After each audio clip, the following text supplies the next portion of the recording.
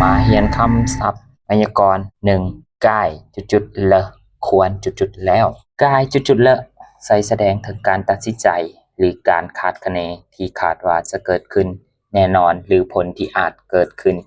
ได้ตามเหตุและผลที่ควรจะเป็นการใส่โครงสร้างนี้มักตัดตัวตั้งออกไว้มาเบิ่งตัวอย่าง时间到了该上课了หอดเวลาแล้วหอดเวลาเข้าเรียนแล้ว12点了该睡觉了12โมงแล้วควรจะนอนแล้ว8点了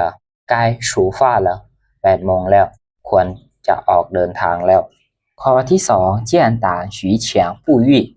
ในวงเล็บหนึ่งส่วนเสริมบอกทิศทาง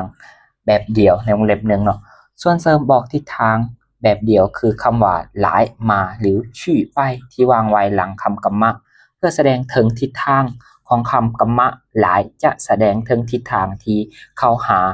ตัวผู้เว้าหรือสิ่งที่กล่าวถึงส่วนชื่อจะแสดงถึงทิศทางที่ออกห่างจากตัวผู้เว้าหรือสิ่งที่กล่าวถึงตัวอย่างเนาะเบื้องซ้ายหลายเบื้องขวาชื่อ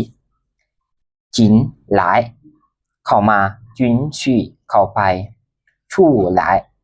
ออกมาชู่ชี่ออกไปกั่วหลายมาพี่กัวชี่ผ่านไปหุยหลายกลับมาหุยชี่กลับไปสร้างไล่ขึ้นมาสร้างชี่ขึ้นไปเชี่ยไล่ลงมาเชี่ยชี่ลงไปข้อที่หนึ่งชิงจิ้นหลายเสริญเข้ามาหนีหุยหลายเจ้ากลับมาหนีกั่วหลายเจ้ามาพี่我出去一下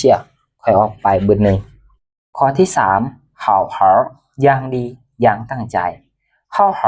แปลตามโตแมนว่าอย่างดีวลีนี้จะวางไว้ทั้งหน้าคำกรรมะในประโยคเพื่อเหตุหน้าที่เป็นบทขยายตัวแสดงซึ่งมีความหมายว่าตั้งใจเฮ็ดสิ่งใดสิ่งหนึ่งตัวหนึ่ง我一定要好好学习ค่อยจะตั้งใจเรียนอย่างดีแน่นอน我一定好好预习生词ค่อยจะตั้งใจอ่านคำศัพท์ล่วงหน้าอย่างดีแน่นอน你要好好休息เจ้าต้องพักผ่อนอย่างดีการฝึกรูปประโยคใกล้上课了ฮอดโมงเข้าเรียนแล้ว